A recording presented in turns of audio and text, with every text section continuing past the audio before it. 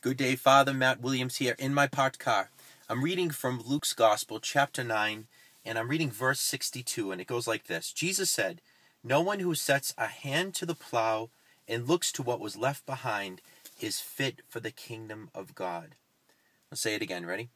No one who sets a hand to the plow and looks to what was left behind is fit for the kingdom of God. If you've made a decision to start plowing, that means that you're going to be turning up all kinds of things.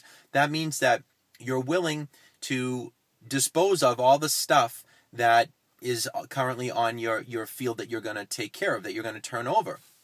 And if you're like starting to plow and then all of a sudden you see stuff that you're like, oh, should I plow that over? Should I not? You're not going to get anywhere. And Jesus, I think in many ways, is using this analogy to help remind us that when you make a decision to follow him, don't look back.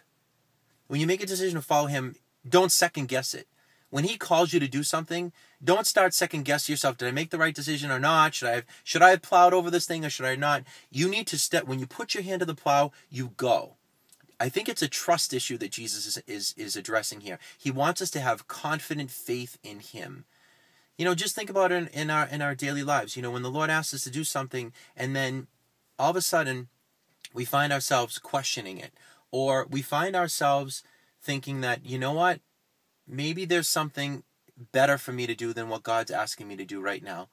Or, as we're trying to follow the Lord and you get tempted, and we start to think that like those temptations, whatever they may be, that those are going to be better than what God has for us. And so we start to question the goodness of God, and we start to think, well, maybe this thing is even better than what God has, and maybe God's holding out for me. Maybe God doesn't have his best interest in me, my greatest good.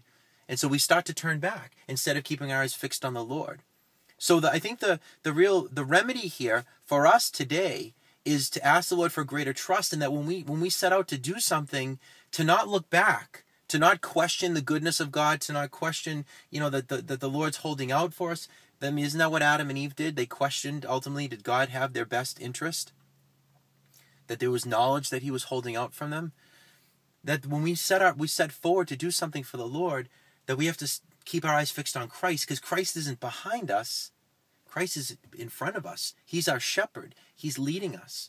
And that to put our hands forward, to put our hands to the plow and go forward and not turn back, is actually to keep our eyes fixed on Jesus, the inspirer and perfecter of our faith. So today, as you walk with the Lord and you set forward to walk with him, don't look back. Don't question. Don't say, Lord, and I'm not saying you can't wrestle with the Lord, but don't question his goodness. The Lord has a plan for our lives. He loves us dearly, and that the greatest grace that we can have is to trust him and to keep our eyes fixed on him as we set out today. So that's my reflection today.